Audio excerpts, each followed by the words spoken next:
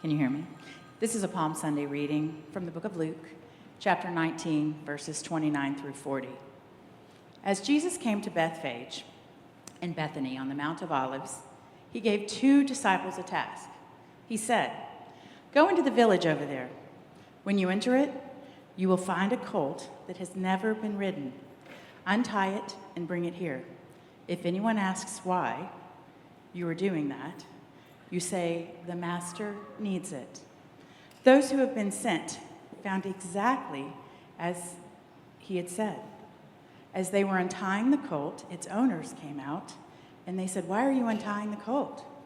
They replied, "Its master needs it." They brought it to Jesus, threw their clothes on the colt, and lifted Jesus onto it. As Jesus rode along, they spread their clothes on the road. As Jesus approached the road, leading down from the Mount of Olives, the whole throng of his disciples began rejoicing. They praised God with a loud voice because all of the mighty things they had seen. They said, "Blessings on the King who comes in the name of the Lord. Peace in heaven and glory in the highest heavens."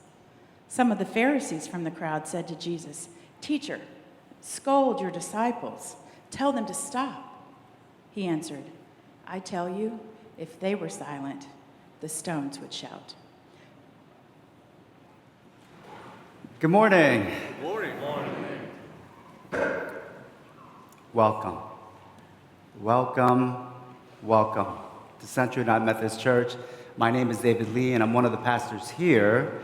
And I want you to know that your presence here today is a blessing to us. And we hope and pray that this time that we have together can be a blessing to you as well. We hope that Central can be a safe space for you, where you can be free to come as you are, to be loved and accepted as you are. So thank you for being with us this morning as we worship our Lord together. If you have been with us this year, you know that we have been journeying with Jesus through the Gospel of Luke, just chapter by chapter by chapter. The idea is, if we are to be followers of Jesus, we should know something about that person. And so that's what we've been doing for this first half of the year, focusing on the Gospel of Luke, so that we can know what he said, what he did, what that should mean to us for our life. And then the second half of this year, we will be turning to the book of Acts to learn about the first church, the early church. What did that church do? How can we learn from that church so that we can be a faithful witness as the body of Christ here today? And today, as we have been journeying with Jesus, we have finally made it to Jerusalem. I want to ask you to be a pilgrim this week, a person of faith making a spiritual journey. That's what I want to ask of you, to journey with Jesus throughout this week. For you to witness for yourself what happened as we move towards the cross and to Easter. Imagine you were there with Jesus in Jerusalem. As a faithful Jew in that time, you would have made that pilgrimage to Jerusalem several times, in fact, if you have the means to do so, to Jerusalem, because that's where the temple is, and that's where you believe God dwells. So you would go on all the high holy days for religious festivals, and people from all over would pour into Jerusalem to observe and to celebrate all the ways that God has been faithful, all the ways that God has blessed us, for all the ways that God has been in a relationship, a covenant relationship with his people without fail, even when we have failed. For the Jewish faith, this coming week is Passover, the most important and foundational event in the life of a Jewish person. Remembering when God reached out his mighty hand and delivered the people of Israel out of slavery in Egypt. And so imagine, right? The excitement. You are a pilgrim on your way to Jerusalem, the city on a hill, to the temple, because that's where God dwells. So you make preparations to go, to travel. And as you go, you will be traveling with many others in a caravan with your family and your immediate and your extended families who are making the same journey towards Jerusalem. I think in some ways, right, we still kind of do that for Easter and Christmas, where families, whether you or your family members, will travel so that you can be together on these important faith holidays. And so, as you were going, you were with your family, your extended family, and as you go, because we're all going to the same place, right? You'll be joined with other groups that are traveling and going towards Jerusalem. So there's this excitement of going on a pilgrimage and on this very important week of Passover. And then as you are getting close, you hear whispers and rumors that Jesus may be coming. Really? Jesus is going to be there? The one that we've been hearing about? The one, we're told, that speaks with authority in his teachings, who has worked wonders and miracles, exorcising spirits and healings for the outcasts like the lepers, giving sight to the blind and bringing about wholeness to the broken. And Jesus sure seems to focus a lot on common folks like me, but not just me, but those also on the margins, those without power or voice or privilege. And along this journey, Jesus has opened our eyes to them as well. For all of those reasons and more, Jesus is the one that all of Israel has been openly wondering about. Who is this person? Could he be the one, the Messiah? Could Jesus be the one we've been waiting for, who will come to save God's people, Israel? And so your excitement grows as you imagine seeing Jesus for yourself. As you are making your way and climbing up the city on a hill to Jerusalem. And as you make your way, you get to the city gates. And something does feel different this time. There seems to be like a stir in the crowd. And you hear that actually Jesus is here. He's coming right now, in fact. And someone points and you look to see someone making his way towards the city, riding on a colt or maybe a donkey. I don't really know what that means, that he's riding on a colt. And then somebody mentions some words from the book of Zechariah, and you remember your lessons from childhood in the synagogue. And it's the words, "Rejoice greatly, O daughter Zion. Shout aloud, O daughter Jerusalem. Lo, your king comes to you, triumphant and victorious is he, humble and riding on a donkey, on a colt, the foal of a donkey." And almost spontaneously, shouts of Hosanna rise up and erupt all around you. It's an expression of praise and joy.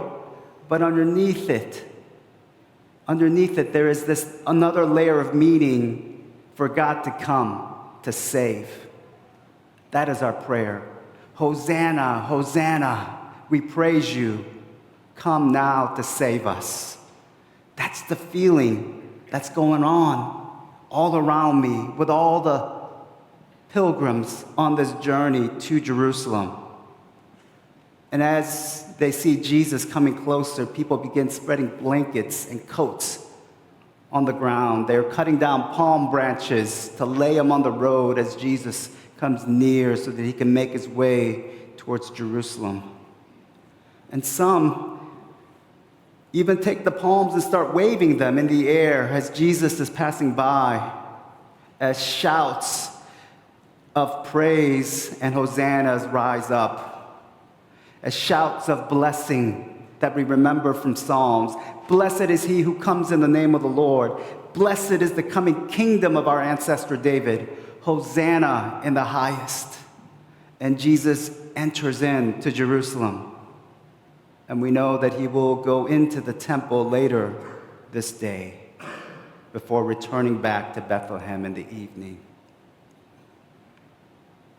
As evening draws near, for me and maybe for us, and as the joy and the elation of the day dies down,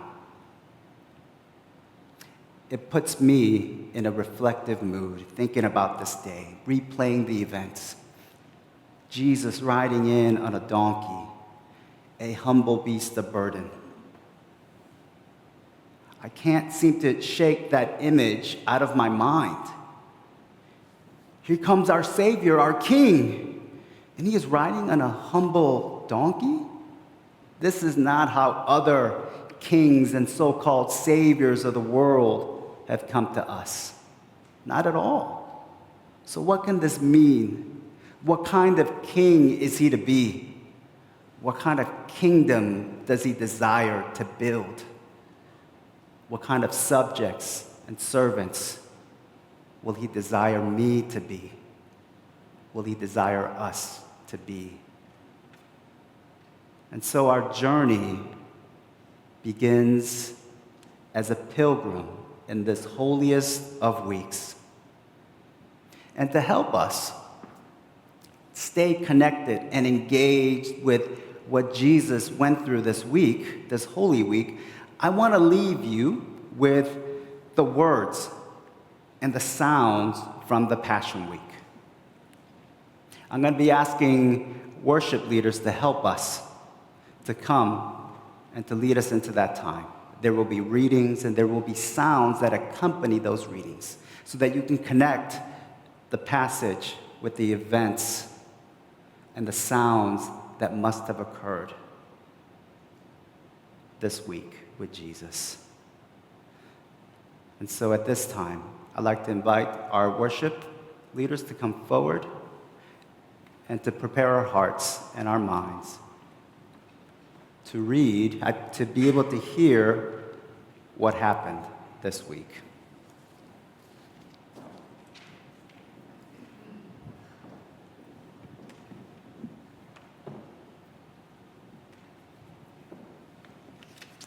I will be reading from John chapter 2, verses 13 through 16, and Mark chapter 11, verses 17 through 18. Jesus clears the temple. It was nearly time for the Jewish Passover, and Jesus went up to Jerusalem. He found in the temple those who were selling cattle, sheep, and doves, as well as those involved in exchanging currency sitting there. He made a whip from ropes and chased them all out of the temple, including the cattle and the sheep. He scattered the coins and overturned the tables of those who exchanged currency. He said to the dove sellers, "Get these things out of here. Don't make my Father's house a place of business." He taught them, "Hasn't it been written, 'My house will be called a house of prayer for all nations,' but you have turned it into a hideout for crooks." The chief priests and legal experts heard this and tried to find a way to destroy him. They regarded him as dangerous because the whole crowd was enthralled at his teachings.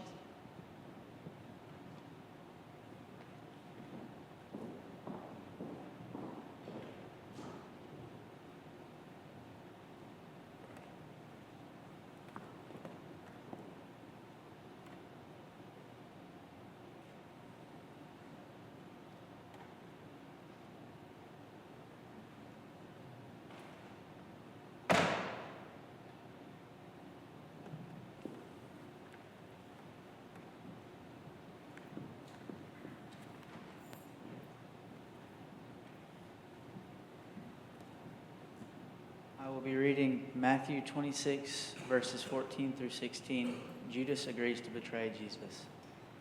Then one of the 12, who was called Judas Iscariot, went to the chief priests and said, "What will you give me if I turn Jesus over to you?"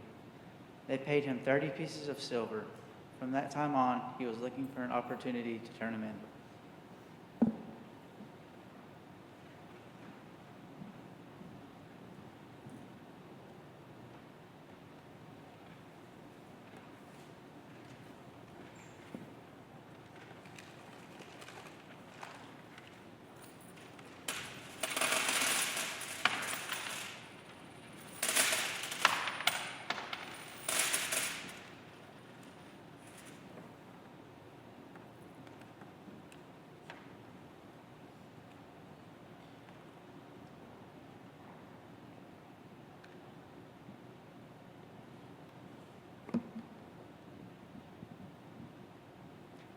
I'm going to read from John 13, verses 1 through 5 and 12 through 15. Jesus washes the disciples' feet. Before the festival of the Passover, Jesus knew that his time had come to leave this world and go to the Father. Having loved his own who were in the world, he loved them fully. Jesus and his disciples were sharing the evening meal. The devil had already provoked Judas, Simon Iscariot's son, to betray Jesus. Jesus knew the Father had given everything into his hands and that he had come from God and was returning to God. So he got up from the table, took off his robes. Picking up a linen towel, he tied it around his waist. Then he poured water into a wash basin and began to wash the disciples' feet, drying them with the towel he was wearing. After he washed the disciples' feet, he put on his robes and returned to his place at the table. He said to them, "Do you know what I've done for you? You call me teacher and Lord, and you speak correctly, because I am. If I, your Lord and teacher, have washed your feet, you too must wash each other's feet. I have given you an example. Just as I have done, you also must do."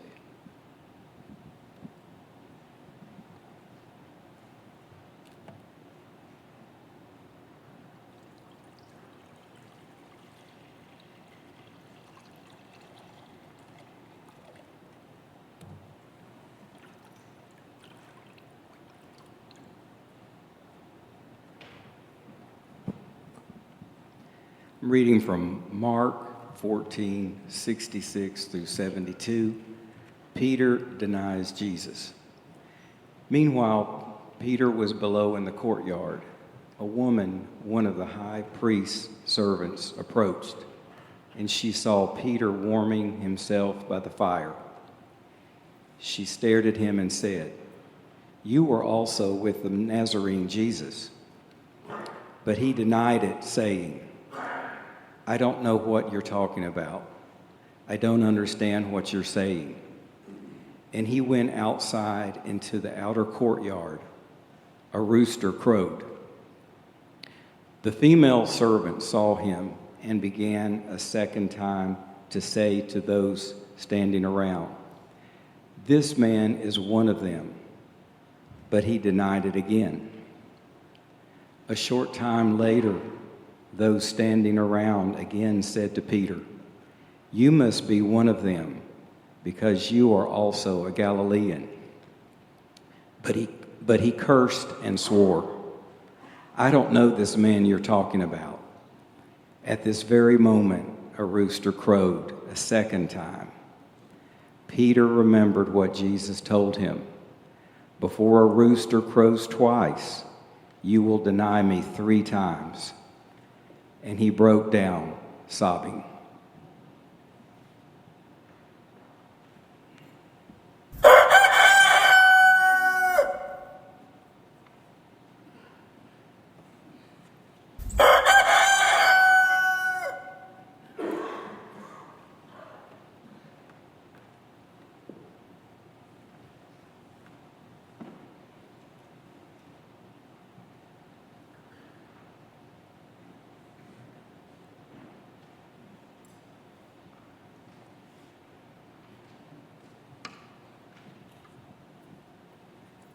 I'll be reading from Matthew 27:32 through 38. As they were going out, they found Simon, a man from Cyrene. They forced him to carry his cross. When they came to the place called Golgotha, which means skull place, they gave Jesus wine to drink.